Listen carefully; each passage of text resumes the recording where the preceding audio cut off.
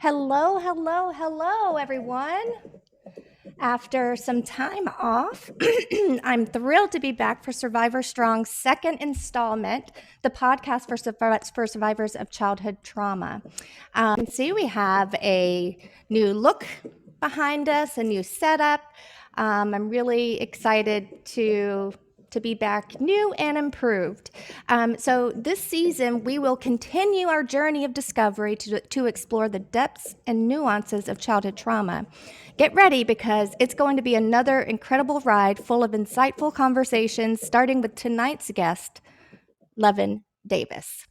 Luvin is a courageous 13-year-old survivor who has endured familial chaos since 2019 when she bravely revealed the abuse inflicted upon her by her uncle. Luvin's truth stirred up a storm of emotions when it was shared on Facebook with her own family at the epicenter. A close relative lashed out in an unexpected and hurtful way that pushed their relationship to the breaking point. So, hi, Luvin. Thank you for being here today. I have to start by telling you that I am just so proud of you for the way that you've used your voice to speak truth to power. And so everyone knows I have Luvin over here on Zoom, and we're recording this video that will be posted later on. So here we go. I just want to make sure that my audio is working. Yes, it is. Okay. I'm not muted over here, hopefully. that would be a problem if I'm muted and nobody can hear what I'm saying. All right, there. I muted myself and then unmuted myself just to be sure. So, Levin, the first thing that I really want to ask you is, how are you feeling about being here today? I mean, how are you feeling? Definitely a mix of emotions. Yeah. I've never really talked about it, so it's kind of scary, but also excited because I'm going to get to talk about it. Right, and you haven't had that opportunity yet. Well, good. Well, I'm glad that we can be here for you and, allow you to do that. So, we really appreciate your openness. And remember, you are in control of this interview. If there's ever a moment when you don't feel comfortable or you want to end, you just let me know and we end it right away. So the most important thing is showing up as yourself. That's really all that matters, and we'll take it from there. Okay, so just be yourself. So I'd like to begin with asking you to tell us a little bit about your story. Or do you prefer to just read the post and then talk about it from there?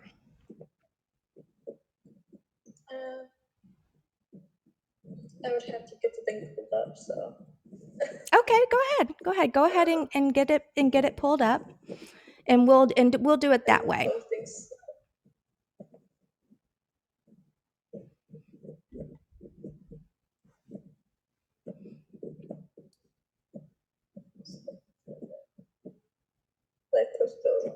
Okay. And while she's pulling that up, I can go ahead and tell you guys about some exciting updates. So if you've been following my Facebook, you'll know that we now have Survivor Strong merch. I'm really excited. We have tees, we have sweatshirts, we have coffee mugs and tumblers, and so go check it out at the new podcast. The new website, www.survivorstrongpodcast.com.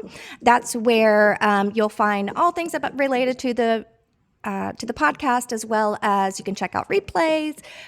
You can shop right from the website, and I'm excited to announce that my artwork will also be available to purchase prints of. So I'm excited. So stay tuned. That's not quite up on the website just yet, I don't think. So, but that's coming. So I'm really excited about it. Okay, Levin, do you have it pulled up? Are you ready to Yeah, I go? got it pulled up now. I was waiting for you to. Okay. So Levin is going to begin by reading her courageous post that she shared on Facebook for everyone. Oh, I lost it. It's okay. It's supposed to be weird. Okay. I need to get something off my chest. I have nowhere else to put this, so here I go. The day after I was sexually assaulted, I was angry. No, I wasn't angry. I was more than that. I was just full of rage and craving the taste of justice. I woke up feeling like I never wanted to move again. I heard everyone talking, but all I could hear was him, his voice in my ear. I got dressed while holding back tears, trying not to crumble right then and there, but I held it together. Once we were at our destination, I mainly wanted to cry. I couldn't hold on any longer. I walked out of the room I was in to see his face. I froze. I couldn't tell if I wanted to cry, yell, run, or just completely shattered. But I didn't. I held it together. As my aunt said her speech, I wanted to run up there, grab the microphone, and scream. On top of my lungs, scream until I passed out. I wanted to cry, wail, yell about what he did, yell about who and whoever believed him was. I wanted to thrash and mourn over my innocence. I wanted to throw vases and shatter glass cups. I wanted to break down in front of everyone. I wanted everyone to know I was not okay, but I couldn't. I held together. I held together just fine until I got home, truly home. I waited until my mom, stepdad, and stepbrother were asleep before I poured my hat out. And the mental rage, I recorded it. I wailed and let out animal-like sounds I had never made before. I almost pasted it on Facebook, or sent it to those who believed it, just so they knew what they were supporting the damage of a little girl. I was holding up to the innocence of never being a victim for so long. You hear that? I wonder what goes through someone's mind to support someone who does that to a baby. I was only a baby. I was only a little girl. They may be able to forgive him, but I can't. They don't have the right to forgive him anyways. His hands were on them. They were on me. They were on my child body, not theirs. They took his side, made up every excuse in the book. So what happened to drinking not being an excuse? Thank you. Wow. And what people don't know is that when this happened, it was the night before a huge family event, right? I mean, all of your Yeah. family was there. People had flown in from all over the place. And, you know, you're in a crowded place with a lot of people. You know, what was going on around you? Were the people around you, were they drinking? Were they sober? I mean, what was the environment like The night that happened, the night that it happened? Yeah. everyone was upstairs drinking. Me and the kids were downstairs, and I was taking care of the kids, making sure they go sleep, and all the adults were upstairs drinking and playing card games and stuff. So this happened in a house full of adults. This happened with a house full of kids running around, and Yeah. you know, and while the kids are running around, the adults are drinking and playing cards. And Yeah, just doing whatever. By the time he got down there, I think a lot of people were like packing up and leaving, going to their hotel or whatever. mm-hmm. But still not stopped or anything. Wow. There was when I heard him walking in to my room, I heard someone else walking down the hall. Nobody stopped him from coming into the room. I don't know who it was, but I heard a voice like coming down the hall. Yeah. So he was just able to come in there without a problem. People were right there. Nobody said, "Hey, why is he going into the room with the kid?" What's worse about it is my dad gave me a choice between the room I was in and the one bedroom. Mm-hmm. Yeah. Wow. And so when this happened, though, you right away said something, you know, and I have to tell you, you know, you have a maturity beyond your years. You really do. And the insight and eloquence of your self expression really is remarkable.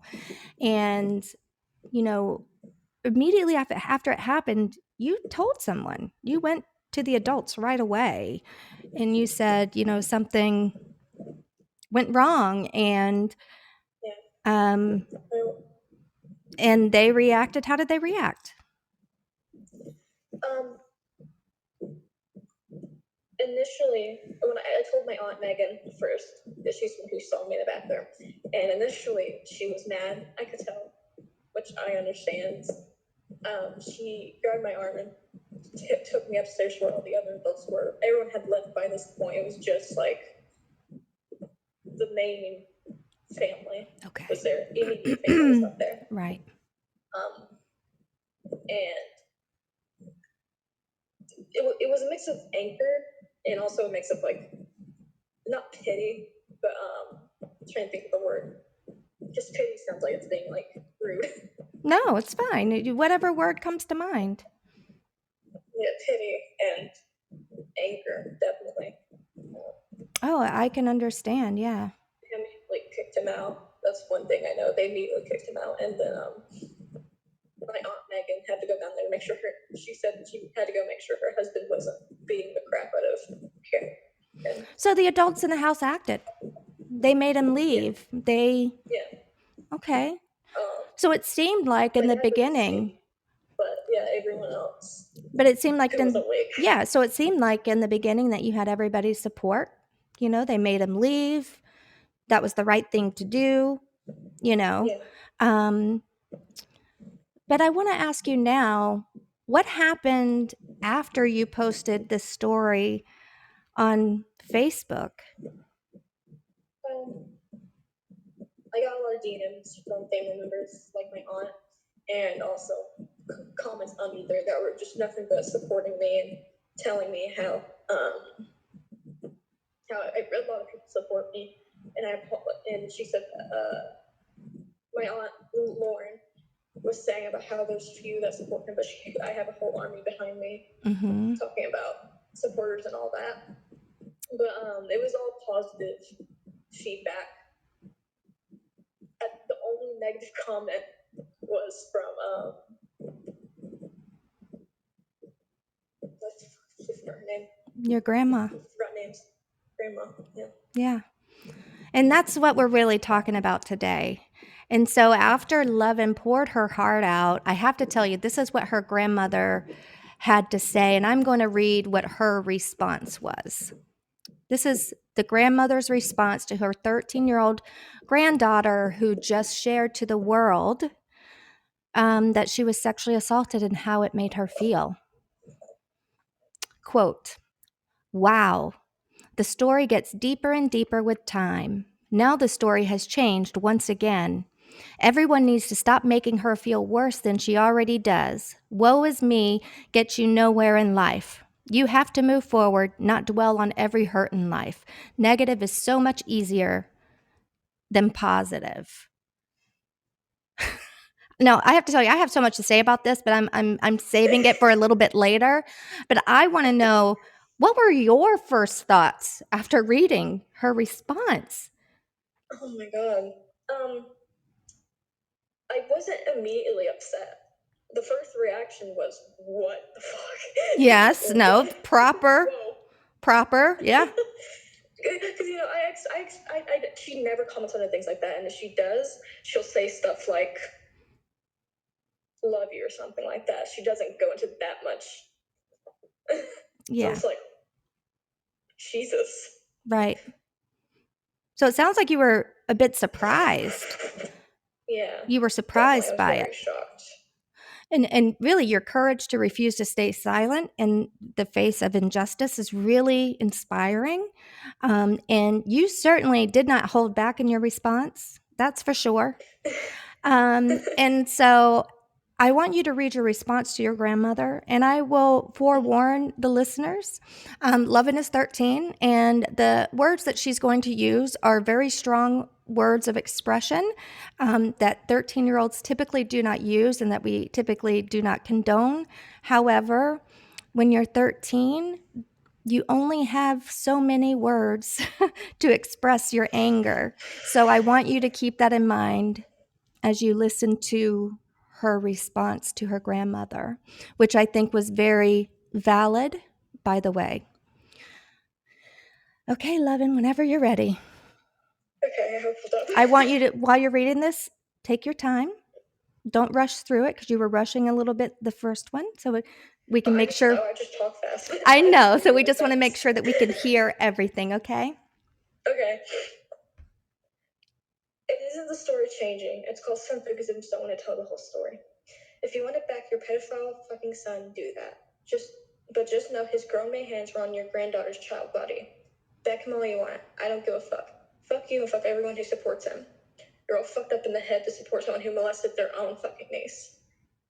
And don't ever reach out to me again saying you love me, because if you did, you wouldn't back someone who fucking traumatized me. Again, fuck you, fuck Cameron, especially fuck your fucked up views. Also, you raised me saying being drunk is an excuse. What the fuck happened, huh? What? Because it's your precious baby boy? You and stupid fucking people like you. Oh, where did I go? And your double standards sicken me. You sicken me. I used to feel loved and protected by you, but now I've never felt more detached, never felt more hatred for you. Wow. Wow. Those are really strong words. Obvious how upset you were, how angry you were, Yeah. you know? And how did you feel after you expressed yourself in such a profound way, really letting loose and, saying, hey, I'm not taking you backing your pedophile son. I'm your granddaughter. This is what he did to me. Yeah. It was definitely a mix of like relief and like, what did I just say? Sure. Because it was in the midst of the moment, and I wasn't really thinking whenever I said what I said, so it was more of like Yeah. Yeah. And so you were like, "Oh my gosh, I can't believe I said all of that." And, yeah. and your grandma did respond to that response. And again, I'm going to step in here and read what Lovin's grandmother said to her 13-year-old granddaughter. Here's what she said, quote, "I feel the same way. But blasting all over Facebook is sick. I was on your side till you started lying about it all. I defend right and wrong. I'm sickened that people put this crap in your head, just like you lied in Alabama about me saying something to you. So if this gets you the attention you need, then do it. But stop putting all this stuff on Facebook. Start dressing like a lady, and I guess you're allowed to cuss. You were always treated like you're grown, so I'm done. You won't hear from me again until you stop lying. I support in what did happen, but not the crap you're adding to it, so have a nice life." End quote. That is what Lovin's grandmother had to say to her after she expressed her anger and how she felt. And I have so much to say about her response, as you know, but, I want to know how you feel first because I'm going to get into how I feel. I mean, what angers you the most about your grandma's response? I mean, there's so many things there, but what is the Oh my most god. infuriating? I can't choose one because there's so many points that she makes. Yeah. Points Yeah. that like she claims to believe me. Okay. When she found out the day of the wedding, she told me that if Cameron was not allowed to be in the wedding, her and Granny wouldn't be there either. So clearly, she did not support me from the beginning, and she knew what was going on Right. because we told her, and she was like, "Oh, I know. Right. I know what's going on." Right. So from day one, your grandmother took his side. Yes. She said that if her son, your uncle, wasn't invited to attend the event, then she wasn't going, knowing that he had touched you the night before. Yeah. Oh my God. Just almost the whole family knew. Not all of them, obviously, but like everyone on my stepmom's side, and then everyone that was like direct family knew. And my father and stepmom said that if I do not want him there, he does not have to be there. And after that, I was pulled up the room and told what my grandma said. And so I told them I wanted him to be there because I was still at that stage where it was mainly because I wanted to see Granny, obviously. But Wow. Are you like in a kid's child mind who grew up idolizing someone, idolizing their grandma and stuff. It's kind of Yeah. hard to be like, oh no, don't come. Right. Because I still wasn't able to wrap my head around what happened the night before. So Right. I was still like, You were only 10 years old at the time, right? I was only 9. You were 9, and not even 10 yet. Yeah. So Yeah, 9 and 10 yet. yeah, It's in October. that's right. Your birthday's in And I was November. still 9. Right. So of course, you're surrounded by all of your family. You have people saying, you know, if he can't go, I'm not going. So I'm sure you feel a sense of blame. You feel as if I say that he can't go, Yeah. it's going to ruin. I mean, imagine this happening to you at a family event. What would you do? Would you feel responsible? I mean, of course you would, and you must be surprised by the way she lashed out at you. Yeah. I mean, well, like you say, for someone that you've idolized your whole life, for them to come at you like that, you know, Yeah. you probably don't have many words to explain how that feels, Yeah. you know? How do you think this has affected you? This whole everything from being abused to having this confrontation with your grandma. Um,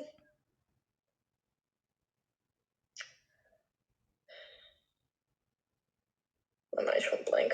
Oh, that's okay. That's okay. That means Sorry, that that happens often when I talk about anything. no, I know that's okay. If it could be that Can I restate this question? Because I can repeat the question, and it could just be that it's too difficult to answer right now, and that's okay. And I wanted to know, how has all of this affected you? um,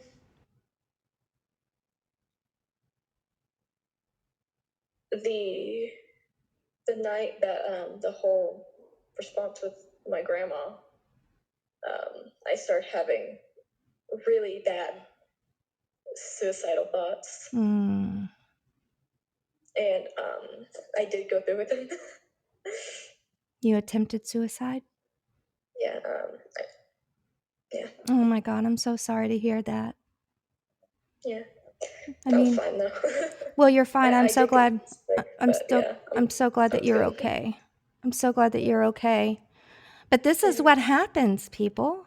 13-year-old attempting suicide because her grandmother doesn't believe her and is on the side of a perpetrator.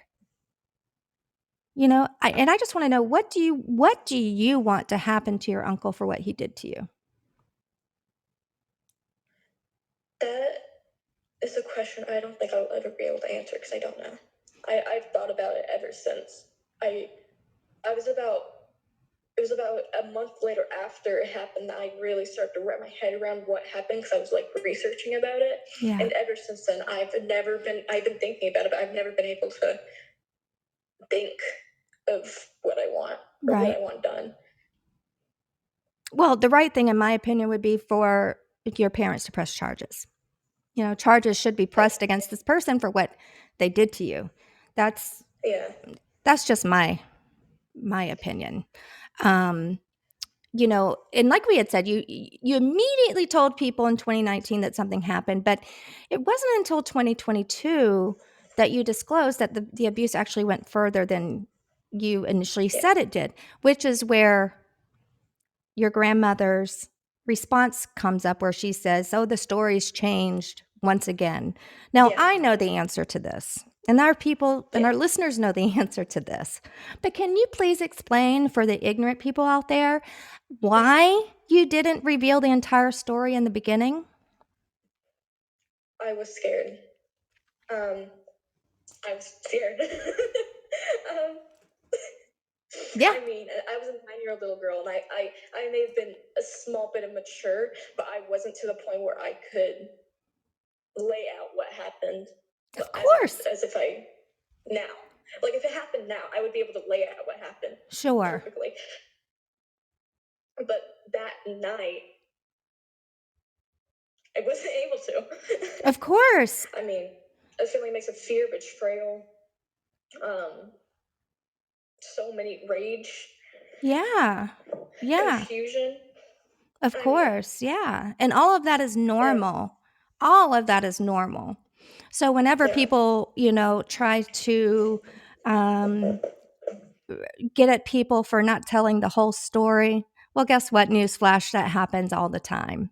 It doesn't mean that someone's lying oh my god, or, yeah, so just the ignorance, the pure ignorance of the response, of the grandmother's response is just really shocking to me. I yeah, am very happy to say that your mom did put you in therapy. You're in therapy now, right? yeah. How do you think therapy is helping you? Um, um, it's really helped clear my mind and figure out ways to avoid like reminding of the night and how to cope through things that do remind me of the night and stuff Mm, like that. yeah. And Yeah, I'm sure it's helping you just process your feelings, yeah.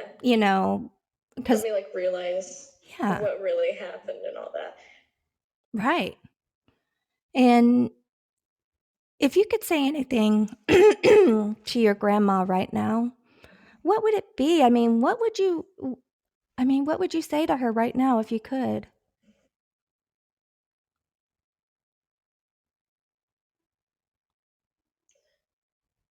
Karma always finds a way back to whoever lends it. Karma always finds a way back. Yeah.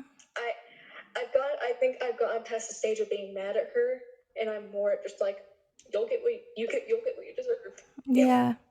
Yeah. karma finds a way back every time. Right. Right. Wow.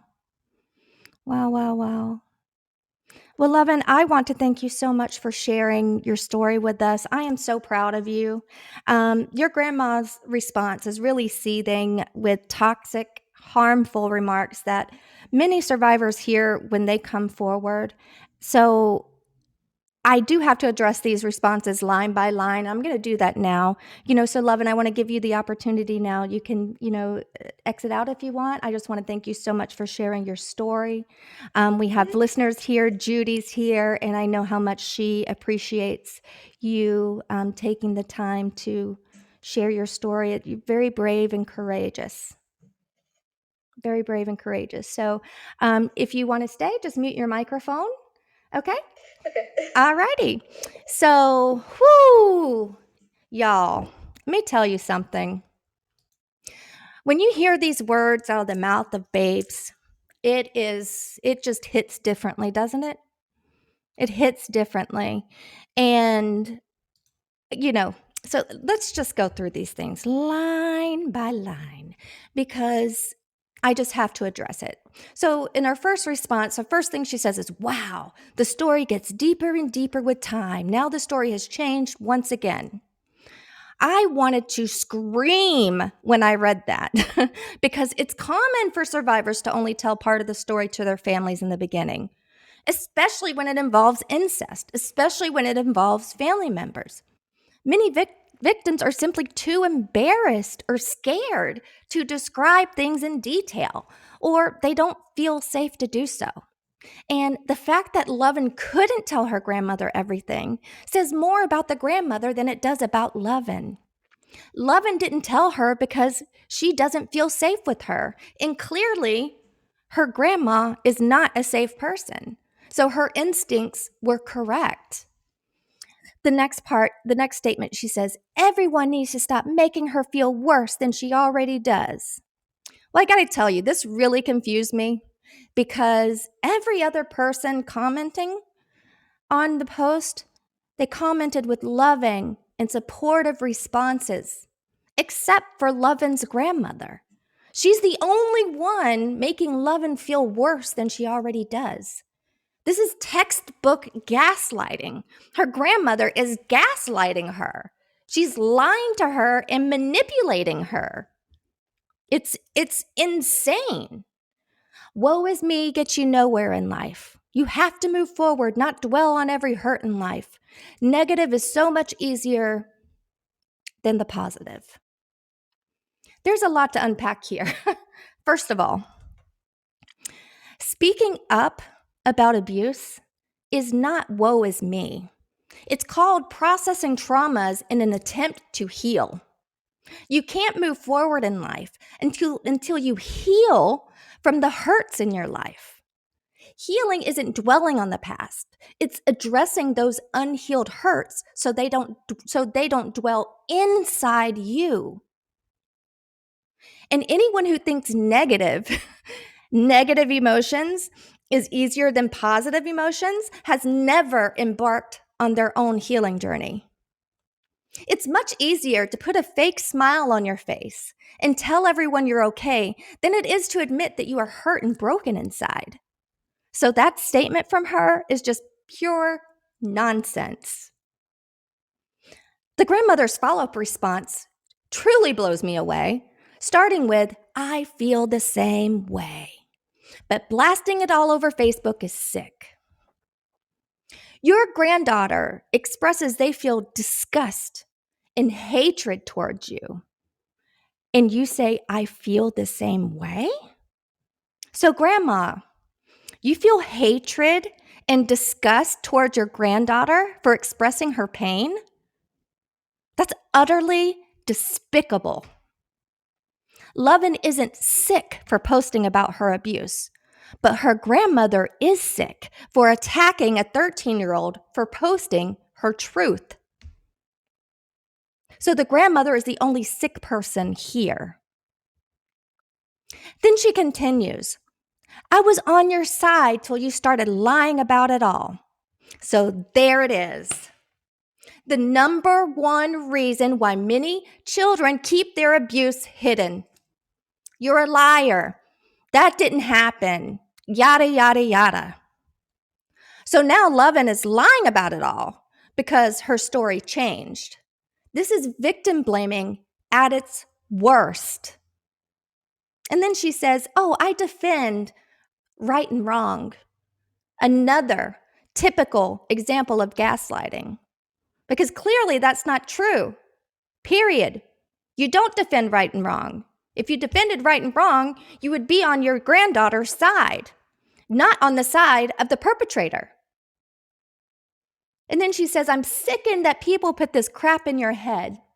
So now not only is Levin lying about it all, but there must be some family conspiracy to make her feel like she's been abused because there's no way she actually was abused. Again, victim blaming, invalidation in plain sight. How cruel can a grandmother be? So then she says, "So if this gets you the attention you need, then do it. But stop putting all this stuff on Facebook." Let me just tell you right now, the doing it for attention statement fucking drives me crazy. Yes, Levin does need attention because she was molested. She was abused. She needs attention. She needs love, support, comfort, therapy, and protection above everything else. Telling her not to post on Facebook is just another way to try and silence victims. Don't share what happened to you on Facebook because then people will know how shitty we are. What a shitty parent I am. What a shitty grandparent I am. You know what? She says that it's easier to focus on the negative than the positive. I say it's much easier to keep people silent than it is to deal with the truth. That's what's easier. And then she comes out of nowhere with, "and start dressing like a lady." So here we go with the victim blaming again. So what does Levin dressing like a lady have to do with her uncle abusing her when she was 9 years old? What does that have to do with anything?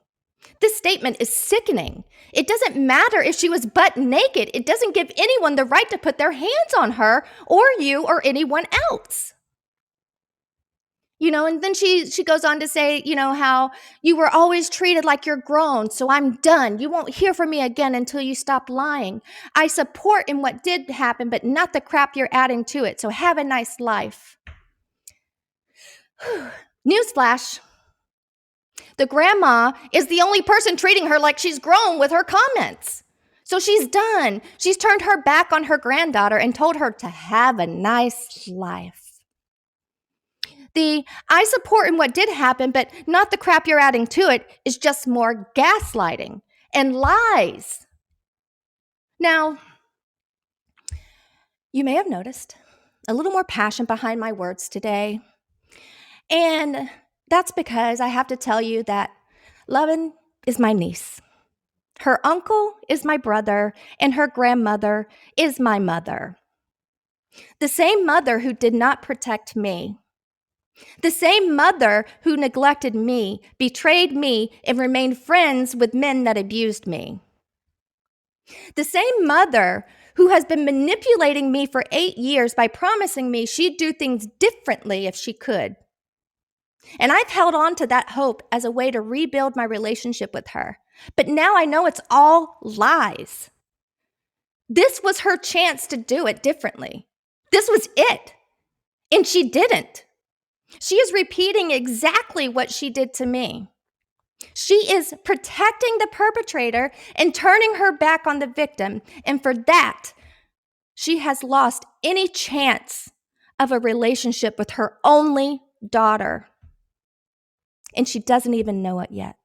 She doesn't know it yet because she isn't in tune with me to know. She doesn't know it yet because she doesn't care enough to call me and say, hey, how are you feeling about all this going on with your niece? Because she knows she's wrong. And I have to tell you that when she says people are putting things in Luvin's head, she's talking about me because I encourage Luvin to speak her truth. When she said, woe is me gets you nowhere in life and you can't dwell on hurts. She's talking to me. She thinks I'm dwelling on my past by talking about it. I say, she's dwelling on the past by staying silent. It's easier to pretend that everything is okay and everything is perfect than it is to admit that your son molested your granddaughter and you once again chose the abuser over a child. I asked my niece to tell her story because she deserves to be heard. My brother, her uncle molested her when she was 9 years old. That is not okay. I'll never stop telling my story, Mom. I will never stop telling people how you neglected me, how you forgave abusers, and how you stayed friends with people who hurt me. I will never stop telling people how you abandoned me. I will never stop telling my story. And I'll never stop giving other survivors a platform to share theirs. I stayed silent for 30 years, Mom. And I refuse to stand by and watch it happen to my niece. I won't have a relationship with anyone who thinks this is okay, with anyone who can just sit by and pretend like the way that she's treating her granddaughter is not fucked up. I'm not going to condone it and pretend that I have this wonderful relationship with my mom. I've been doing that especially hard these past 8 years because I had hope. She'd been telling me over and over I would do it differently if I could. And I held on to that, thinking that she would change. She didn't mean it in the past. She learned from her mistakes. But clearly she didn't. I stayed silent for 30 years, and I won't stay silent anymore. I won't have a relationship with anyone who thinks this is okay. And I will be the last person in my family to be silenced. I will be the last person. I will give my niece every platform to scream her story because it's important. She deserves it. And it's the only true path to healing is to talk about it. It's the only way. And so this hashtag, it ends with me. It ends with me. And with that, I thank all of you for joining me for our first episode of 2023. We will be back Friday, January 27th at 11 a.m. Eastern Standard Time, right here live on Fireside, Facebook, and YouTube. Remember, everyone, you got this. And we are all in this together. Until next time. Let's put on our to-go music. Thank you for joining me, Judy. Have a good day.